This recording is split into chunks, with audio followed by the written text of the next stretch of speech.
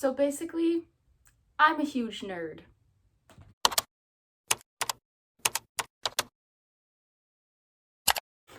Hey guys, welcome back to the channel. So today I'm going to be doing a very nerdy video, which is why I look like this. Harry Potter shirt. Love that for me. Today I'm going to be doing 10 books that I will never ever stop recommending to people because they are just so good. Like, I could talk about them for hours and hours and hours and hours, and I will talk about them for hours and hours and hours and hours. So let's get into the video and go get the books.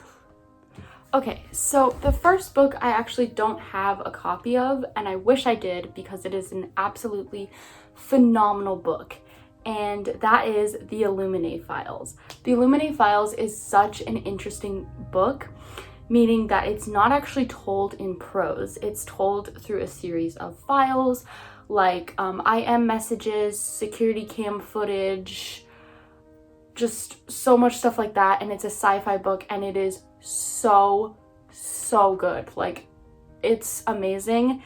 The ending of that book is one of the most satisfying endings that I have read to a book ever. Like, it is, oh, it's insane. Like, hold on, let me just adjust this. Also, I'm sorry the lighting is so bad, but it's fine, I guess. I just get to talk about books, and I'm really happy about that. So it is just, it's so interesting the way it's told, because when you start reading, you're like, this doesn't look right. But then the more you read, the more invested you get. So essentially, it's about these two different spaceships housing humans, and a plague breaks out on one of them. There's zombies, there's an all-knowing AI, there's a couple trying to fall back in love, and it's phenomenal. It's amazing. You go read it right now, literally right now. Like, stop what you're doing and go read it. I could not complete this list without a book from my childhood, because I started reading at a very young age. Books have always meant a lot to me. So for my childhood book, I chose Stargirl by Jerry Spellini. Now, the movie does not do this book justice. I would not recommend watching the movie, but this book is phenomenal, because when I was really struggling with my friends getting bullied, me getting bullied, I would turn to this book, and it's really good. It's about being true to yourself and not letting other people define you, and just being your weird self. And it's a very, very good book. So even if you're a teenager or young adult, I would recommend reading this book. It's so touching, and the ending makes you want to throw the book across the room. That's what I was trying to say. The ending is just, you're just like, how could they end it like that? Like, just but it's a great book. Highly recommend. All right, next we have The Road by Cormac McCarthy. This is one of those books that you can only read once, because it's so dark and so twisted that you're like, who would ever write this? But it's so suspenseful. So the premise of this book is, it's a father and son walking across America to the South to try to find somewhere warm, because, I mean, it's not really implied, but there was like a nuclear disaster that happened, and there's cannibals that are chasing after them, and it's so intense. Part of the reason I like this book is it's so vague and mysterious. So all the dialogue doesn't have any quotation marks, so you don't really know who's talking, and the father and the boy are both nameless. Everyone in the book is essentially nameless, so there's so much just like holes that you have to fill in with your mind, and it's a phenomenal book. I was on my toes. I read it in one day because I started reading it for a school project, and then I just could not put it down because the story was so intense and moving. The end is absolutely beautiful and will make you cry. Oh my gosh, I am so excited about this next book. Okay, so I read this first book. It's a trilogy, and I read the first book at Christmas, and after I finished the first book, I was like, I need to order the next two books because this series is so good. And then I read the next two books and loved them, and I need more. I need more content from this series, and that is Scythe by Neil Shusterman, aka the Arc of a Scythe trilogy. As you can see, this book is pretty worn out because I've read it so many times, But I absolutely love this trilogy. The characters, I just am so touched by their stories and so emotionally attached to all of them. And I just think the premise of the story is so interesting. My dad got this for me because he thought that I would really, really like it. Like, he thought that it sounded like something that I would read. And he was totally right, by the way, because I love these kinds of books. So it's a post-apocalyptic world where humans have conquered death. And so now they hire these scythes to kill people because of overpopulation. So they need to meet a certain quota. So they kill people. And the two main characters are hired as apprentices to the scythes. And it's so good. Like, it's just, you learn so much about like morality, and it's amazing. I would read this tomorrow. Like, just do it. All right, so this next book is so on brand for me, and if you're one of my friends, you know that this is so on brand, and that is Murder on the Orient Express by Agatha Christie. I love Agatha Christie. She's honestly probably my favorite author, or one of my favorites. I am a huge murder mystery fan. I read murder mysteries obsessively. If I'm reading a book, it's most likely a murder mystery book.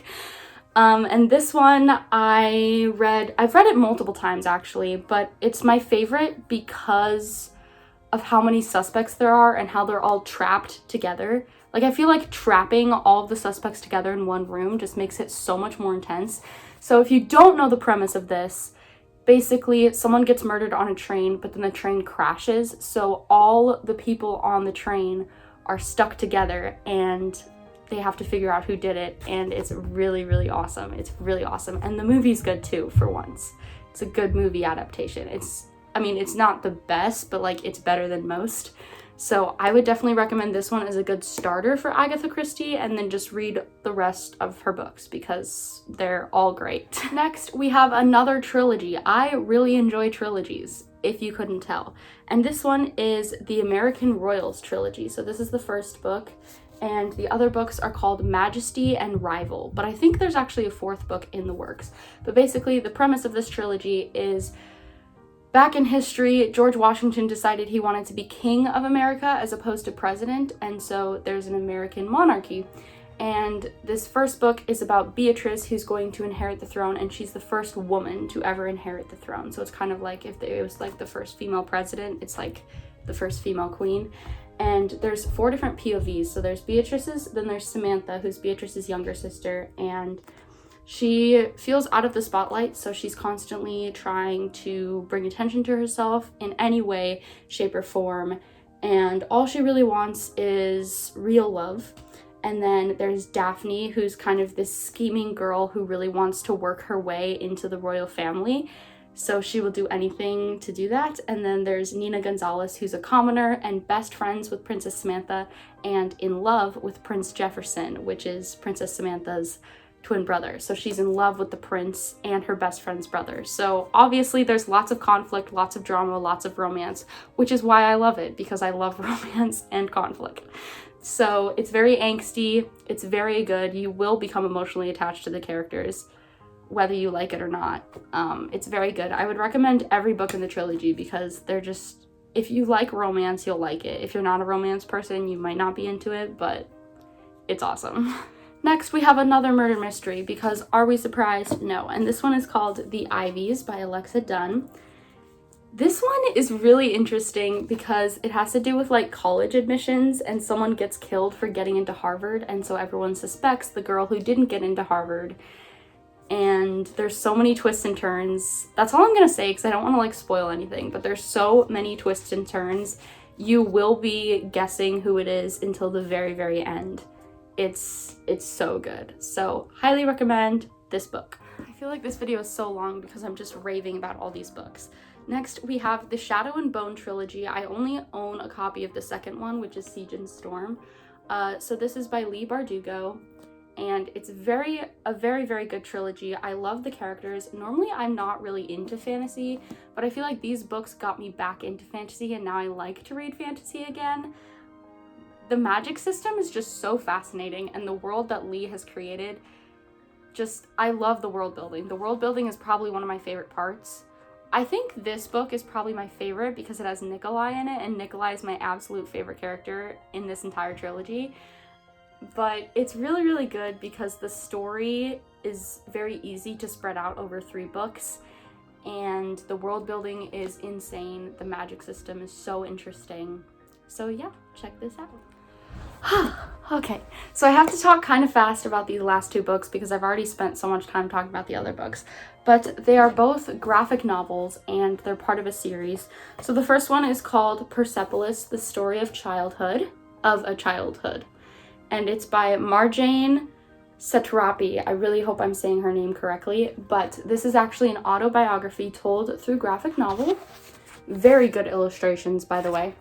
And it's about this woman who grew up during the Islamic Revolution in Iraq. And so this book, there's 2. There's this one and then there's Persepolis 2, The Story of a Return. This one talks a lot about like the innocence of a child and how they view war, and also the struggle of like faith and just like the struggles that children go through when they're in the midst of a war. And then Persepolis 2 kind of tackles themes of like adulthood, coming of age, growing up, but also war and politics and things like that. And it's super interesting.